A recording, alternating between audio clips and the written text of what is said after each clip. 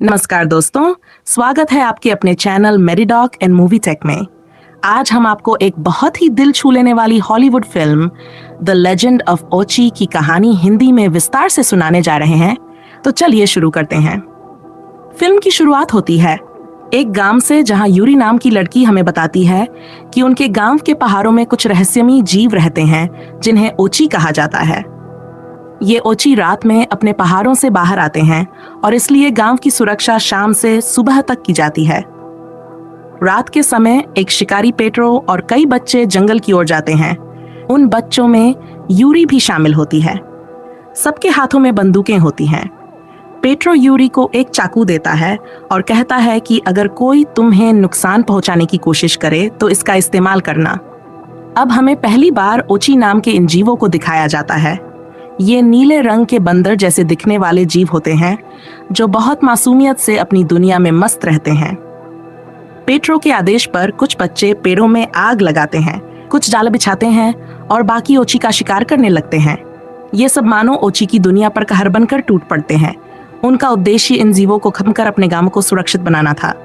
इसी दौरान एक मादा ओची अपने बच्चे को बचाने के चक्कर में यूरी सेट कर आ जाती है। उसकी आंखों में डर और ममता दोनों थे। उसका बच्चा एक पेड़ पर फंसा था और उसे बचाना चाहती थी। ये देख यूरी भावुक हो जाती है और उस बच्चे को पेड़ से उतारने की कोशिश करती है। तभी यूरी का एक साथी मादा ओची पर हमला कर देता है। वह बुरी तरह घायल हो जाती है और उसे उठाकर ले जाया जाता है, लेकिन उसका बच्चा वहीं जंगल में छूट जाता है। सुबह पेट्रो बच्चों को गांव वापस लाता है और उनकी तारीफ करता है, लेकिन कहता है कि अभी शिकारी बनने के लिए उन्हें और मेहनत करनी होगी। वहीं यूरी की परफॉर्मेंस खराब होने पर वह उसे डांटता है, जिससे यूरी नाराज होकर वहां से चली जाती है। वह जंगल में जाती है और एक गुफा से कुछ आवाजें सुनती है। जब वह पास जाकर देखती है तो उसे वही फंसा हुआ वही बच्चा ओची मिलता है। वह उसे बचाने के लिए लकड़ी की मदद से फंदे से निकालती है। बच्चा घायल था, इसलिए यूरी उसे अपने बैग में छिपा कर घर ले आती है और उसकी पट्टी करती है। धीरे धीरे ओची को भी लगने लगता है कि यूरी उसकी दुश्मन नहीं है और दोनों में दोस्ती हो जाती है। लेकिन तभी बाहर से गोली चलने की आवाजें आती हैं और ओची डर के मारे चिल्लाने लगता है। यूरी उसे चुप कराने की कोशिश करती है, लेकिन बच्चों को आवाज सुनाई देती है। राबातो नाम का लड़का यूरी के कमरे में आता है और ओची को देखकर गोली चलाने वाला होता है, लेकिन यूरी उसे रोक लेती है और कहती है कि ये एक मासूम बच्चा है जो अपनी मां से बिछड़ गया है। राबातो पिघल जाता है और यूरी को भाग जाने देता है। यूरी एक खिड़की से कूदकर चीको लेकर भाग जाती है। उधर पेट्रो को यूरी के गायब होने की चिंता होती है। जब वह यूरी के कमरे में जाता है तो उसे खून और जानवर के बाल मिलते हैं, जिससे उसे समझ आता है कि यूरी किसी मुश्किल में है।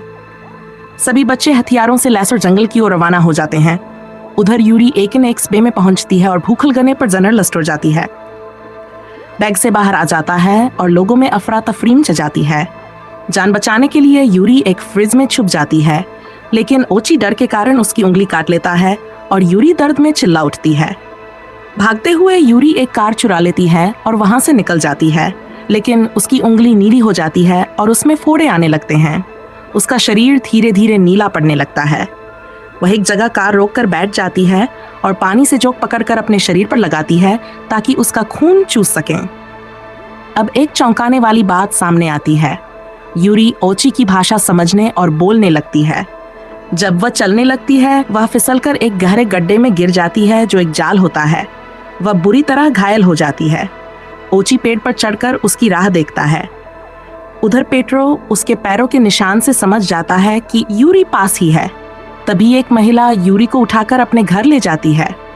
जब यूरी होश में आती है तो उसे समझ आता है कि वह महिला उसकी माँ है। यूरी अपनी माँ से पूछती है कि ओची के बच्चे को वापस कैसे ले जाऊं? उसकी माँ कहती है कि मैंने ही तुम्हें ओची की भाषा सिखाई थी। फिर माँ एक बांसुरी बजाती है जिससे ओची जैसी आवाज निकलती है।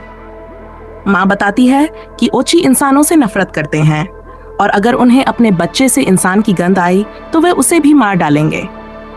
यूरी को गुस्सा आता है और वह माँ पर चिल्लाती है कि जो माँ अपने बच्चे के लिए कुछ नहीं कर सकी, वह दूसरों की ममता क्या समझेगी।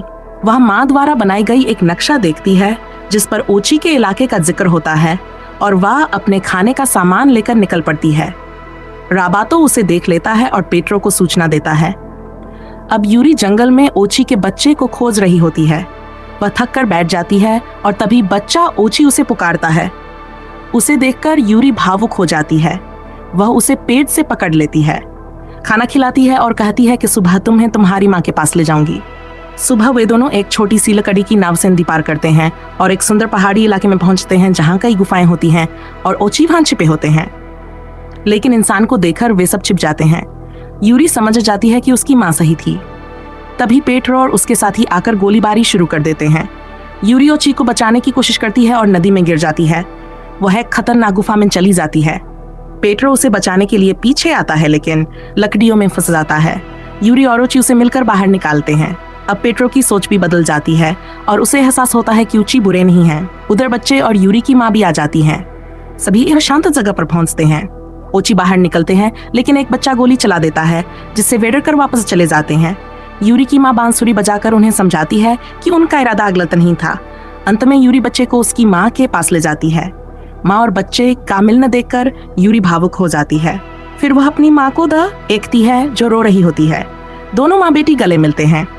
इस तरह इस भावनात्मक और खूबसूरत फिल्म द लेजेंड ऑफ ओची का अंत होता है, जहां एक लड़की ने इंसानियत, करुणा और माँ बच्चे के रिश्ते को बचाने के लिए हर हद पार कर दी। अगर आपको ये कहानी पसंद आई हो तो कृपया इस वीडियो को लाइक करें, शेयर करें और हमारे चैनल मेरीडॉक एंड मूवी टेक को सब्सक्राइब करना न भूलें। धन्यवाद।